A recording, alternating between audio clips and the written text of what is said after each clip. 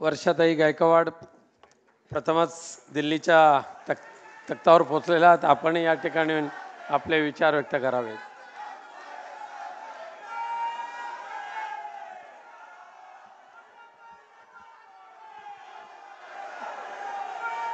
मंचकावर उपस्थित देशाचे आदरणीय नेते आयुष्यमान सन्मान्य शरदचंद्र पवार साहेब, ज्यांच्याबरोबर मला काम करण्याचा योग आला, ज्यांच्या मंत्रिमंडळात मी काम केलं, आणि सुप्रियाताई तुम्ही खरंच सांगितलं, बरोबर बोललात की ज्यांच्याबरोबर काम करताना असं वाटलंच नाही की आम्ही कधी आघाडीमध्ये नव्हतोच. कारण पहिल्यांदा आम्हाला कळलं की मुख्यमंत्री पण राज्याचा जो आहे तो घरचा सदस्य होऊ शकतो, कुटुंब प्रमुख होऊ शकतो. असे आदरणीय उद्धव बाळासाहेब ठाकरेजी, तुमचे मी आभारी आहे कारण तुम्ही मला मतदान पण केलेलं आहे साहेब. या ठिकाणी उपस्थित आदरणीय महाराष्ट्र प्रदेशचे सन्माननीय अध्यक्ष नाना पटोलेजी, आमचे नेते आदरणीय बाळासाहेब थोरातजी, उपस्थित सन्माननीय माजी मुख्यमंत्री पृथ्वीराज चव्हाण साहेब, मंचावरती उपस्थित आदरणीय संजय राऊत साहेब, आदरणीय मंत्रिमंडळात ज्यांचं काम केलं, पवार साहेबांचं नाव घेतलं मी सर्वात प्रथम घेतलं, पण ते गोंधळामध्ये लोकांना ऐकायला नाही आलं. असं कसं नाही, मी आयुष्यमान म्हटलं त्यांना आयुष्य मिळावं असं आम्ही त्या ठिकाणी. आदरणीय सन्माननीय जयंत पाटील साहेबांचं नाव घ्यायला पाहिजे. त्यांच्या मंत्रिमंडळात त्यांच्याबरोबर मी काम केलं आणि त्यांच्याकडून खूप शिकले, दोन्ही जयंत पाटील साहेब.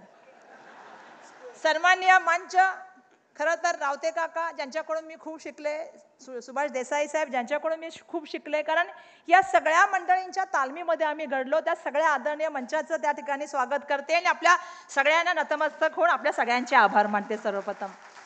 कारण मला माहिती आहे की यावेळच्या लोकसभेच्या निवडणुकीच्या वेळेला आपण सगळ्यांनी एकत्र जिद्द केली आणि एकत्र काम केलं, एक दिलाने एक मनाने काम केलं, म्हणून आपल्याला महाराष्ट्रामध्ये यश मिळालं. आणि ज्या वेळेला मी दिल्लीमध्ये भाषण केलं तेव्हा मी तेच सांगितलं की दिल्लीचे ही तख्त राखतो महाराष्ट्र माझा. साहेब, सुप्रियाताईंनी एकदम एक गोष्ट खरी सांगितली की आता केंद्रातलं वातावरण पूर्ण बदललेलं आहे. तिथं आता वातावरण ढगाळ झालेलं आहे. आणि सगळ्यात महत्वाची गोष्ट की आम्ही सत्ताधारी झालेलो आहोत आणि ते विरोधामध्ये असल्यासारखं करतात, भाषण घेऊन पळ काढण्याचा प्रयत्न करतात. पूर्वी मोदी सरकार सांगणारे आजकाल एनडीए सरकार सांगतात. हा खूप फरक आहे साहेब. आणि त्यांनाही माहिती आहे, यावेळी ज्या वेळेला बजेट आलं आम्ही बघितलं की ज्या दोन लोकांना खुश करायला पाहिजे त्या दोन लोकांचा वारंवार भाषणात उल्लेख झाला. एक म्हणजे बिहार आणि दुसरं म्हणजे आंध्र प्रदेश. पण आमचे दोन लाल गेले, त्यांचं काय झालं? त्यांनी महाराष्ट्राला काहीच नाही आणलं. साहेब, मी भाषण ऐकत होते, आज महाराष्ट्रामध्ये सगळेजण चर्चा करतायत ती लेक लाडकी या योजनेच्या बाबतीत. लेक बहीण आमची सन्मान्य अध्यक्ष महोदय, लाडकी बहीण हे बोलत असताना आम्ही भाषण करायचो त्यावेळेला मी विधानसभेमध्ये बोलले होते की कर्नाटक राज्य असेल, तेलंगणा राज्य असेल, महालक्ष्मी योजना ही न्यायाच्या माध्यमातून पहिल्यांदा आणण्याचं काम जर कोणी केलं तर त्यावेळेला कर्नाटकाच्या आणि तेलंगणाच्या सरकारने केलं. ज्या वेळेला न्याय आम्ही जाहीर केलं त्यावेळेला आम्ही सांगितलं होतं त्यांना की आम्ही 8,000 रुपये सांगत होतो की महिन्याला देणार आणि वर्षामध्ये 1,00,000 रुपये देणार. ही आम्ही त्या ठिकाणी न्याय माध्यमातून सांगितलं होतं.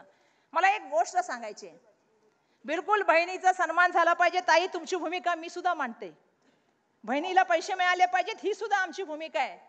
पण ज्या तऱ्हेने एक वातावरण निर्मिती झालेली आहे, लोकसभेच्या इलेक्शन नंतर असं कुठेतरी वाटायला लागले भाऊ इतके घाबरले.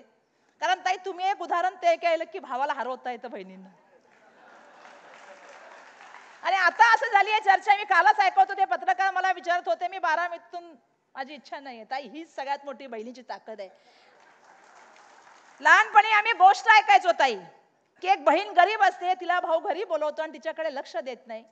मग तीच बहीण श्रीमंत होते आणि श्रीमंत झाल्यानंतर भाऊ तिला घरी बोलवतो आणि बाजूला बसून तिच्या भोवती पंच पक्वान ठेवतो. ती बहीण खूप दागिने घालून आलेली असते. मग ती बहीण नथ काढते, नथ ठेवते, गळ्यातला हातसिगार काढते, तो ठेवते आणि म्हणते तू मला बोलवलं नाहीस, तू याला बोलवलंयस, तुम्ही बहिणीला बोलवलं नाही, तुम्ही मताला बोलवण्याचं काम करतात. बहिणींचा सन्मान करा, बहिणींचा सन्मान करा. जे लोक स्पष्टपणे बोलतात की तुम्ही आम्हाला मत दिलं नाही तर आम्ही तुमचे पैसे वापस घेऊ, ही कुठली परंपरा आहे? मला सर्वप्रथम एक प्रश्न विचारायचा, हा पैसा आहे कोणाचा? हा कोणाचा पार्टी फंड आहे? नाही, हा महाराष्ट्राच्या जनतेचा घामाचा रक्ताचा पैसा आहे, जो तुम्हाला टॅक्स रूपाने भेटलेला आहे. आणि तोच पैसा तुम्ही देत आहात आणि तुम्ही धमकावण्याचं काम करतात. मी महाराष्ट्रामध्ये पहिल्यांदा बघते साहेब की प्रत्येक जण उठतोय आणि धमकी देतोय. जाती जातीमध्ये तणाव निर्माण करण्याचं काम चाललेलं आहे. आज साहेब तुम्हाला मी सांगू इच्छिते, जयंत पाटील साहेबांनी एक उदाहरण सांगितलं. साहेब आज लाडकी लेक योजना आहे, तिला पैसा नाही. संजय गांधी योजनेला 6 महिने पैसे नाही. रेशनच्या दुकानावर महिलांसाठी अन्नधान्य मिळत होतं, ते बंद करण्याचं काम झालेलं आहे. राईट टू एज्युकेशनचे पैसे मिळत होते, ते बंद करण्याचं काम झालेलं आहे. स्कॉलरशिपचे पैसे मिळत होते, ते बंद करण्याचं काम झालेलं आहे. माझं यांना सांगणं आहे, हा पैसा राज्याचा आहे, हा जनतेचा आहे, तो जनतेपर्यंत गेला पाहिजे. दुर्दैवाने मी बघते मुंबईमध्ये जो उल्लेख झाला, 600 रुपयाचा कुकर 2500 रुपयाला चाललाय. कुठे चाललोय? मोक्याच्या जागा. साहेब मी तर सातत्याने बोलते, लाडकी बहीण तर आज आली आहे, लाडका मित्र तर 2.5 वर्षापासून सुरू आहे. चालू आहे ना लाडका मित्र? हा, सगळ्या मुंबईच्या मोक्याच्या जागा. मला सांगा साहेब, मुलुंडचं जकात नाका, मुलुंडचं डम्पिंग ग्राउंड, सगळे मिठागरे, काळा चौकी, मोतीलाल नगर, मुंबईची MSRTCची जमीन, धारावी, कुर्ला, मदर डेअरी, हा वरळी. साहेब अशी सांगा मला, सगळ्या मित्रांना देण्याचं काम चालू आहे. आणि ही लढाई आपल्या सगळ्यांना लढण्याचं काम एकत्रपणे करावं. कारण ह्या जमिनी त्यांच्या नाही आहेत, या जमिनी सरकारच्या आहेत आणि त्या मुंबईकरांच्या आहेत. आणि मुंबईकरांचा आवाज म्हणून आम्ही या ठिकाणी बोलत आहोत. दुर्दैवाने आम्ही बघत चाललोय की मोठ्या प्रमाणामध्ये असं झालंय की 30-30, 40-40, 50-50 कोटी दिले. आपलं सरकार येईल, 2 वर्षामधला मुंबई महानगरपालिकेचा श्वेतपत्रिका निघाली पाहिजे, ही या ठिकाणी आपण केलं पाहिजे. येणार 100%, मी पण बोलते 101% सरकार येणार. कारण साहेब लोकांमध्ये माहोल आहे. यांनी किती जरी योजना केल्या, आता तर लाडका फक्त बहीण नाही, लाडका भाऊ पण केलाय. काही दिवसांनी लाडका जिजाजी येईल, लाडका अजून काय काय असेल ना, सगळे येतील. पण सगळे येतील, सर्व करू द्या, पण आपण एक दिलाने, एक मनाने, एकतेने जाऊया आणि महाविकास आघाडीचं सरकार आणूया. हे माझं आव्हान आहे. जनता आपल्या सगळ्यांबरोबर आहे. साहेब वक्फ बोर्डाच्या बिलाला पहिल्यांदा 10 वर्षामध्ये असं झालं की JPC कडे जावं लागलं. ही ताकद आहे आपली,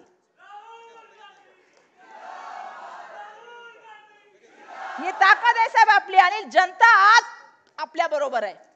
माझं तुमच्या मताशी मी सहमत आहे की सगळ्यांनी एकत्रपणे लढलं पाहिजे. या वेळेला मुंबईमध्ये 6 पैकी आपण किती सीटा जिंकलो? 5.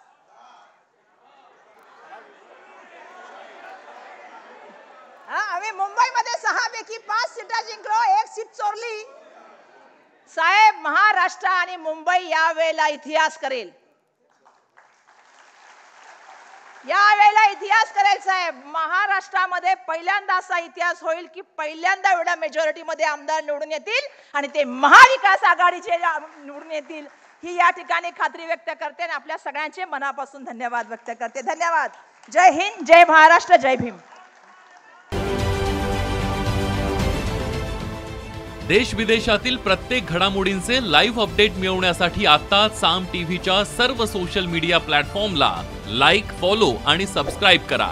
तसंच सर्व नोटिफिकेशनसाठी बेल आयकॉन प्रेस करायला विसरू नका.